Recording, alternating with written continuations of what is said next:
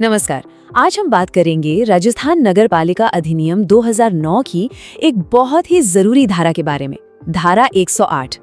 ये वो धारा है जिसका सीधा ताल्लुक हमारी जेब और हमारे अधिकारों से है। ये वो प्रक्रिया है जो बताती है कि कोई भी नगर पालिका नया टैक्स कैसे लगा सकती है।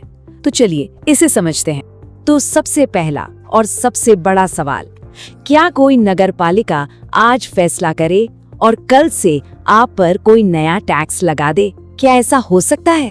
और इसका सीधा सा जवाब है नहीं, बिल्कुल नहीं हो सकता। और जो कानून हमें ये सुरक्षा देता है वो है धारा 108। तो चलिए अब जरा समझते हैं कि आखिर ये धारा 108 है क्या और ये हम सब के लिए इतनी जरूरी क्यों है। देखिए, धारा 108 असल में एक लोकतांत्रिक प्रक्रिया है। ये पक्का करती है कि जब भी नगर पालिका धारा 103 के तहत कोई नया वैकल्पिक कर लगाना चाहे तो उसे एक तय प्रक्रिया का पालन करना ही होगा। वो अपनी मनमर्जी नहीं कर सकती। अब देखते हैं कि इस प्रक्रिया के मुख्य चरण क्या हैं। ये पूरी प्रक्रिया बहुत ही व्यवस्थित और पारदर्शी बनाई गई है। तो ये है वो 4 मुख्य कदम। सबसे पहले एक साधारण बैठक में संकल्प पारित होता है, फिर उस टैक्स के नियमों का एक ड्राफ्ट तैयार किया जाता है, इसके बाद एक सार्वजनिक नोटिस जारी होता है और आखिर में जनता से आपत्तियां यानी ऑब्जेक्शंस मांगे जाते हैं।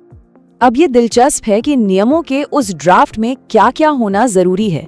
उसमें साफ साफ लिखा होना चाहिए कि कर किस तरह का है, टैक्स देगा कौन, उसकी दरें क्या होंगी, उसे वसूला कैसे जाएगा और क्या किसी को कोई छूट मिलेगी। ये सारी बातें बतानी जरूरी हैं।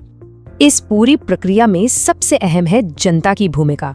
चलिए देखते हैं कि आम नागरिक इसमें कैसे और कब शामिल होता है।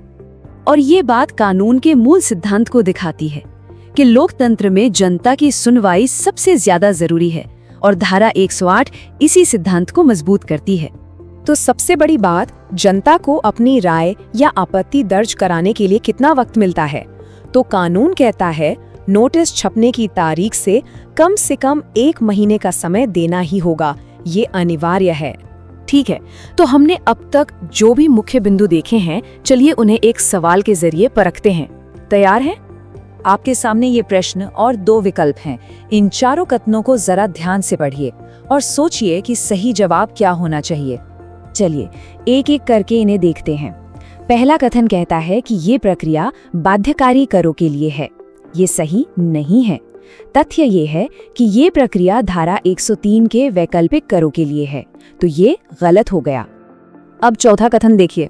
दावा है कि आपत्तियों के लिए 15 दिन का समय मिलता है, जबकि असलियत क्या है? तथ्य ये है कि कानून के हिसाब से कम 1 महीने का समय मिलना ही चाहिए, तो ये कथन भी गलत है।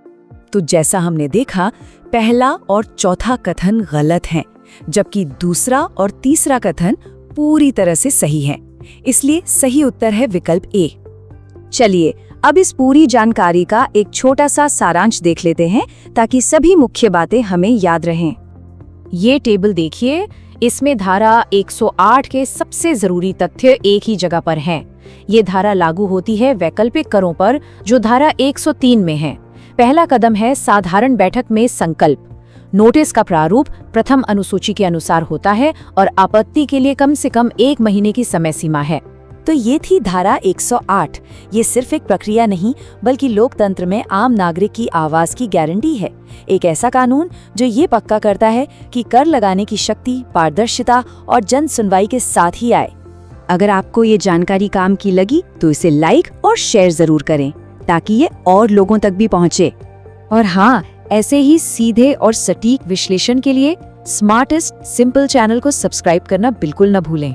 और रोजाना अपडेट रहने के लिए आप हमारे दैनिक सूजस सार करंट अफेयर्स को भी देख सकते हैं। याद रखिए, जानकारी ही शक्ति है और धारा 108 आपको यही शक्ति देती है।